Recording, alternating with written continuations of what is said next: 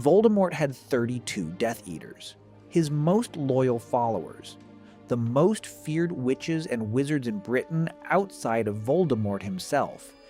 Every single one of them lost. Not to Harry Potter, not to Dumbledore, not to the Order of the Phoenix.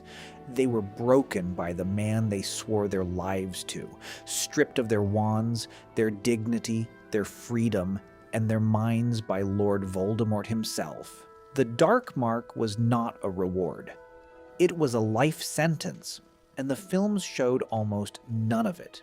Black robes, silver masks, they appeared when the plot needed them and disappeared when it did not.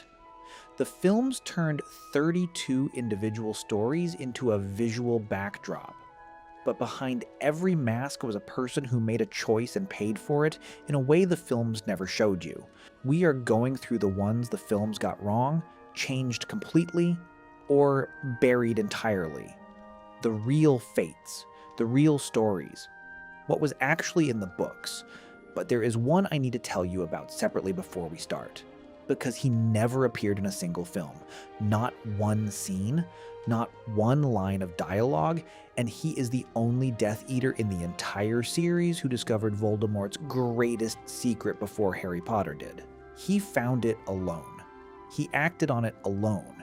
He went back into the most dangerous place Voldemort ever built, and he died there at 18 years old while Voldemort had no idea he existed. Most people who only watched the films have never heard his name. We will get to him, but the others come first. Peter Pettigrew, Wormtail. The films present Peter Pettigrew as a coward who betrayed James and Lily Potter, spent 12 years hiding as a rat, and eventually escaped. He then spent 2 films as Voldemort's servant, and then disappeared from the story entirely. In Harry Potter and the Deathly Hallows by J.K. Rowling, Peter Pettigrew dies by his own hand. Not Voldemort's, not Harry's, his own. When Harry and Ron are captured and brought to Malfoy Manor in Chapter 23, Pettigrew is sent to the cellar to stop them. Harry grabs him, and for one moment, Peter hesitates. He does not tighten his grip. He falters, a tiny act of mercy toward the boy whose parents he betrayed. And in that moment, the silver hand Voldemort gave him, the hand that replaced the one he sacrificed to resurrect his master, turns on him. It wraps itself around his own throat and strangles him.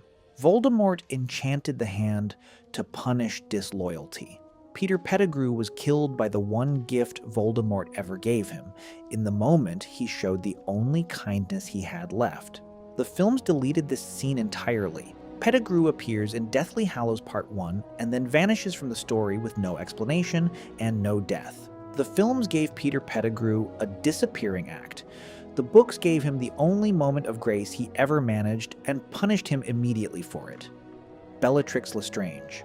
The films gave us Helena Bonham Carter in a corset delivering theatrical madness. Unpredictable, operatic, occasionally terrifying in the way a firework is terrifying. A performance that made Bellatrix into a cinematic villain. The books gave us something different.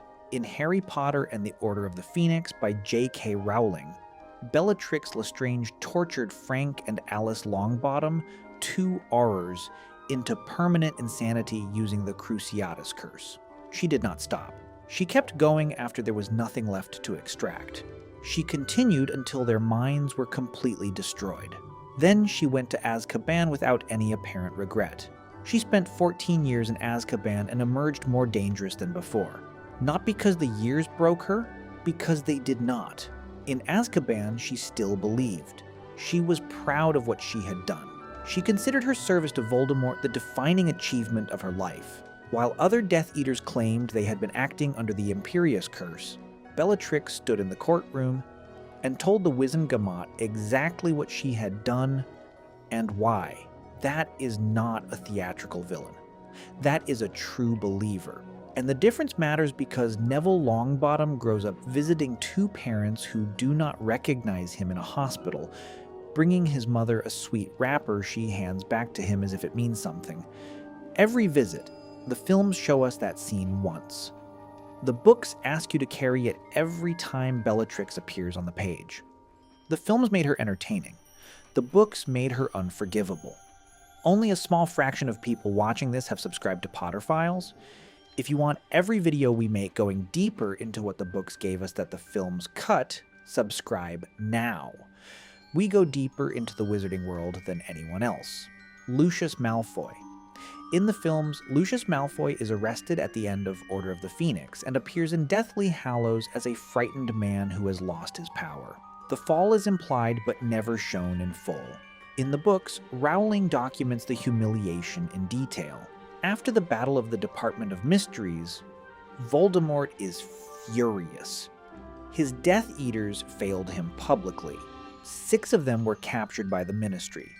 And Lucius Malfoy, who had spent years presenting himself as the most loyal and trusted servant of the Dark Lord, had failed when it mattered most. Voldemort takes Lucius Malfoy's wand in Harry Potter, and the Half-Blood Prince by J.K. Rowling without explanation and without ceremony. He simply takes it, and uses it himself, in front of other Death Eaters. Lucius Malfoy, who had built his entire identity on status and power, stands in Voldemort's presence, wandless, stripped, in front of everyone he had spent years looking down on. The Malfoys spend the rest of the series in a house that has become a prison, Voldemort occupying their home. Their son assigned an impossible mission designed to punish them through Draco, their family name now a liability. Lucius Malfoy spent 20 years believing that his blood status and his loyalty would protect him. Voldemort took his wand and showed him what he was actually worth. Bartemius Crouch Junior. The film gives us David Tennant in a memorable performance as the fake Moody. He is caught, his memory is extracted, and then he disappears from the story. His fate is mentioned briefly. The Dementor's kiss. Gone. In the books, what the film skips over is how he ended up back outside Azkaban in the first place. Bartemius Crouch Sr., senior ministry official, and the man who authorized the use of unforgivable curses against Death Eaters, sat in the courtroom and watched his own son be convicted of torturing Frank and Alice Longbottom. He did not intervene. He showed no mercy. He let justice take its course publicly. Then he broke his son out of Azkaban in secret. He smuggled him out under his wife's cloak while she died in his place. He kept his son hidden under the Imperious Curse in his own home for years. The man who built his career on ruthless enforcement of the law became the man hiding the most dangerous criminal in Britain in his sitting room. His wife died. His career collapsed when the truth emerged. His son eventually killed him in a field and turned him into a bone. 2 men who each believed they were doing what was necessary. One to serve Voldemort, one to contain him, both destroyed by the same choice, Fenrir Greyback. The films treat Fenrir Greyback as a Death Eater. He wears the robes. He appears with them at key moments. He is presented as part of Voldemort's inner circle. In the books, J.K. Rowling is explicit. Fenrir Greyback is not given the Dark Mark. He is not trusted enough to be a true Death Eater. He is used by Voldemort as a weapon, pointed at targets and rewarded with access to victims. He is not loyal. He is useful. That distinction matters because it tells you something about Voldemort that the films obscure. Voldemort does not accept everyone who wants to serve him. He uses people for what they offer and discards the ones who are too unpredictable or too low to be worthy of the mark. The films made him a Death Eater. The books made him something worse. A creature Voldemort considered beneath membership, but useful enough to keep alive.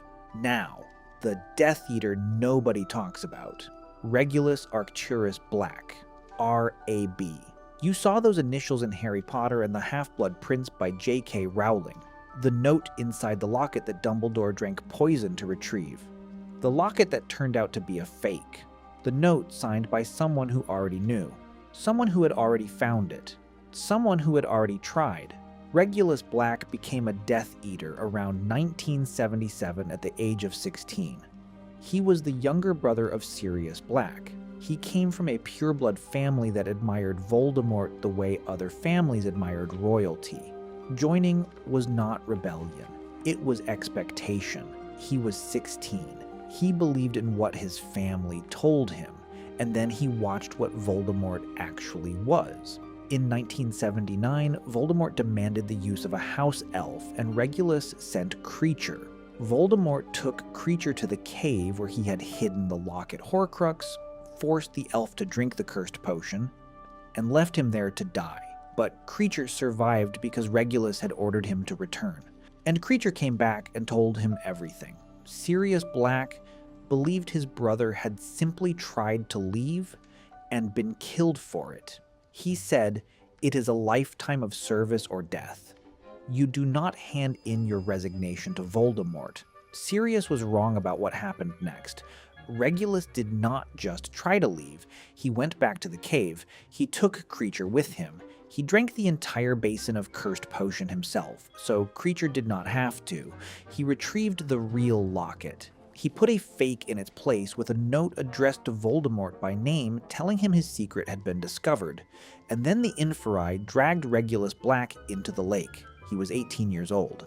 He died at the bottom of a cave that Voldemort had enchanted to be inescapable.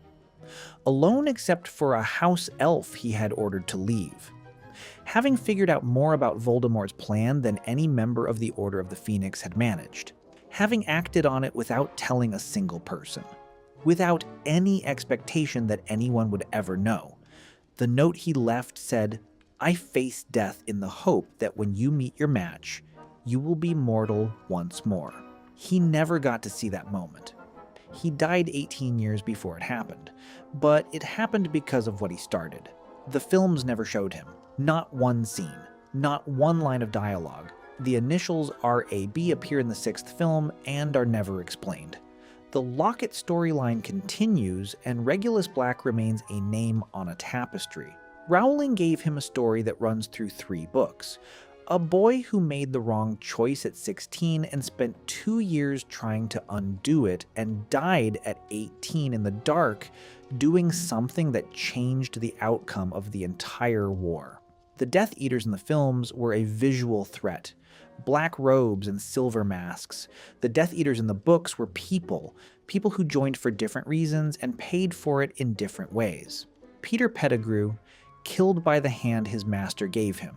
Bellatrix destroyed by the faith she never abandoned. Lucius Malfoy humiliated by the man he devoted his life to.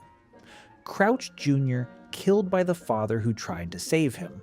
Greyback used and discarded because Voldemort did not consider him worthy of trust. And Regulus Black, 18 years old, in a cave, alone, having already won. The HBO Harry Potter series premieres Christmas Day 2026. Showrunner Francesca Gardner, the Emmy Award-winning writer from Succession. Director Mark Mylod, who directed Succession and Game of Thrones. Producer David Heyman, who produced all 8 original Warner Brothers films. Executive producer J.K. Rowling with full creative oversight. 7 seasons. 7 books. Every one of these characters has the chance to be shown the way Rowling wrote them. The question is whether the writers understand that the most powerful thing about the Death Eaters was never the Dark Mark. It was the people underneath it.